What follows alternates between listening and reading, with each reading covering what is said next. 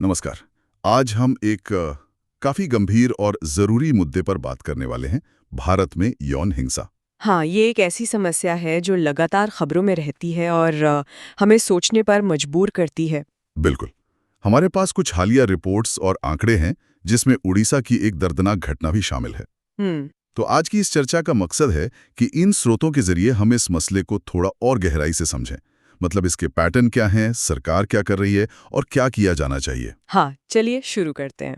तो सबसे पहले वो उड़ीसा वाली घटना पर आते हैं जो अभी जून 2025 में हुई, गोपालपुरा समुद्र तट पर। जी।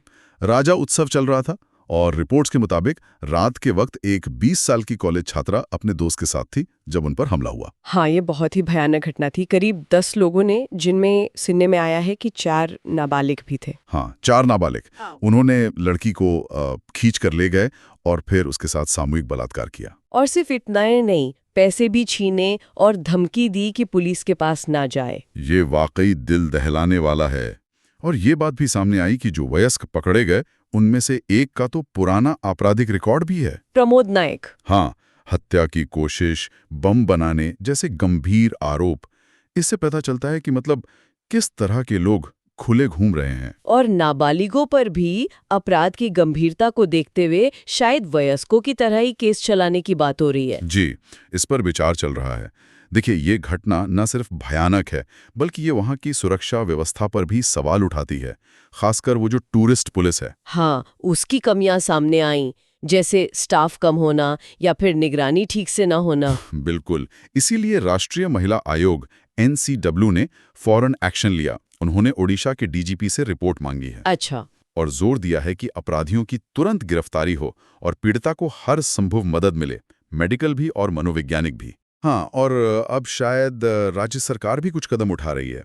सुनने में आया है कि पर्यटक पुलिस का स्टाफ बढ़ाया जाएगा, सेफ्टी ऑडिट होंगे, CCTV लगेंगे। जी, ये सब प्रस्ताव रखे गए हैं। उम्मीद है कि इन पर अमल भी होगा। लेकिन सवाल ये है कि क्या ये सिर्फ एक अकेली घटना है या फिर ये किसी बड़े पैटर्न का हिस्सा है? राष्ट्रीय स्तर पर क्या ट्रेंड दिख रहा है? दुर्भाग्य से आंकड़े तो यही बताते हैं कि ये एक बहुत बड़ी और फैली हुई समस्या है।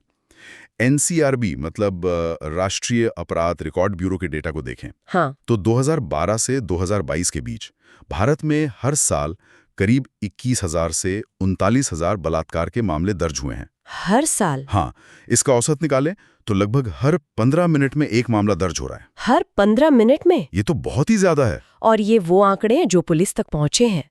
न जाने कितने मामले तो रिपोर्ट ही नहीं होते होंगे। सही बात है। और अगर महिलाओं के खिलाफ कुल अपराधों की बात करें तो 2022 में महिलाओं के खिलाफ अपराधों की 4,45,000 से ज्यादा FIR दर्ज हुई। मतलब हर घंटे करीब 51 FIR। हर घंटे 51 FIR? हाँ, और इनमें बलात्कार के मामले करीब 7% थे। ये आंकड़े तो सच में बहुत चिंताजनक हैं। पर इन FIR के बाद होता क्या है? क्या न्याय मिल पाता है? कन्विक्शन रेट मतलब सजा मिलने की दर क्या है? यहीं पर सिस्टम की एक और बड़ी कमजोरी सामने आती है।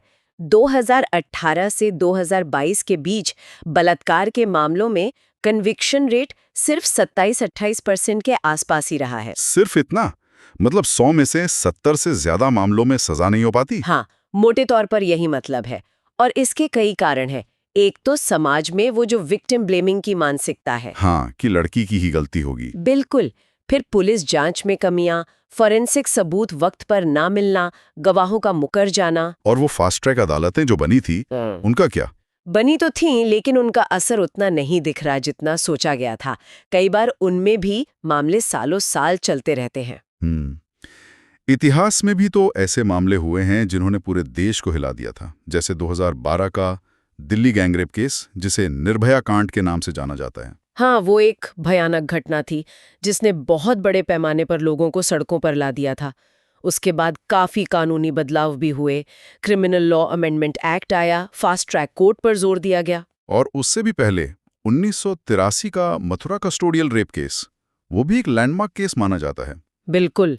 एक आदिवासी लड़की के साथ पुलिस हिरासत में बलात्कार हुआ था।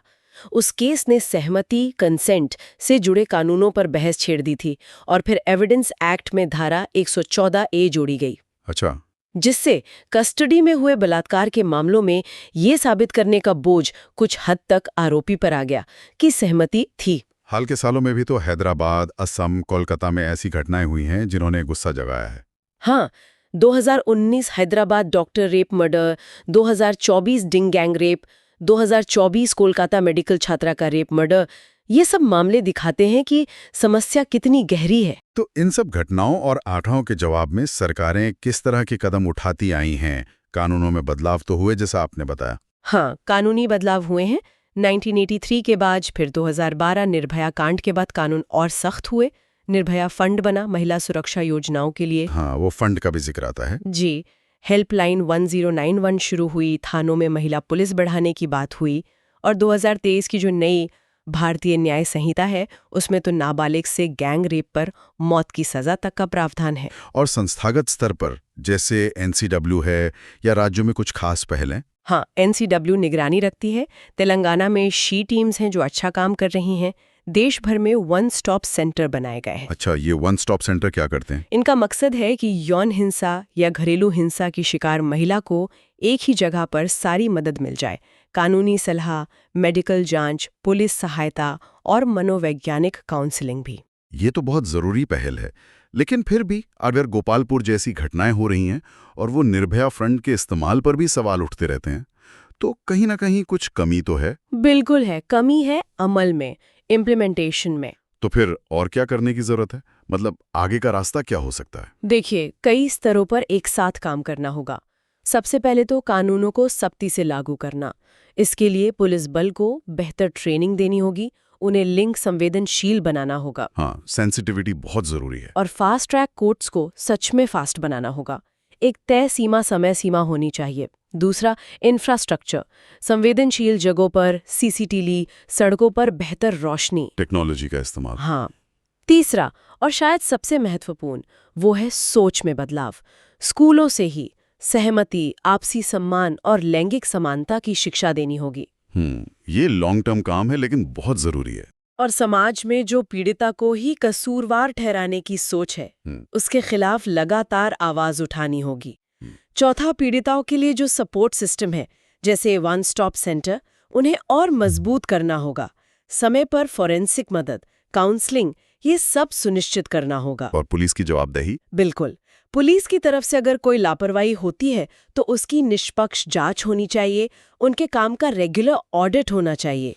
तो कुल मिलाकर बात यह है कि दशकों से सुधारों की कोशिशें चल रही हैं, कानून बने हैं, संस्थाएं बनी हैं, लेकिन यौन हिंसा अब भी एक बहुत बड़ी चुनौती है। हाँ, गोपालपुर जैसी घटनाएं हमें बार बार याद दिलाती हैं कि सिर्फ कानून बना देना या फंड बना देना काफी नहीं है। और निर्भया या मथुरा जैसे पुराने मामलों से जो सबक मिले वो दिखाते हैं कि कहीं कुछ सुधार हुआ भी है तो कहीं व्यवस्था की विफलताएं आज भी वैसी ही हैं। सही कहा। तो ऐसा लगता है कि एक दोहरी रणनीति चाहिए। एक तरफ फौरी कदम जैसे पुलिसिंग बेहतर करना, न्याय जल्दी दिलाना, और दूसरी तरफ लंबे समय वाले बदलाव, समाज की सोच बदलना, शिक्षा पर काम करना। बिल्कुल। और यहीं पर शायद एक अहम सवाल उठता है जिस पर हम सबको सोचना चाहिए। क्या हम समाज के तौर पर तात्कालिक, जल्दी दिखने वाले समाधानों पर जरूरत से ज्यादा ध्यान दे रहे हैं? और कहीं हम उन गहरे सांस्कृतिक और शैक्षिक बदलावों को अनदेखा तो नहीं कर रहे, जो शायद स्थायी परिवर्तन लाने के लिए ज्यादा जरूरी है? ये एक ऐसा सवाल है जिस पर आगे और सोचने की जरूरत है।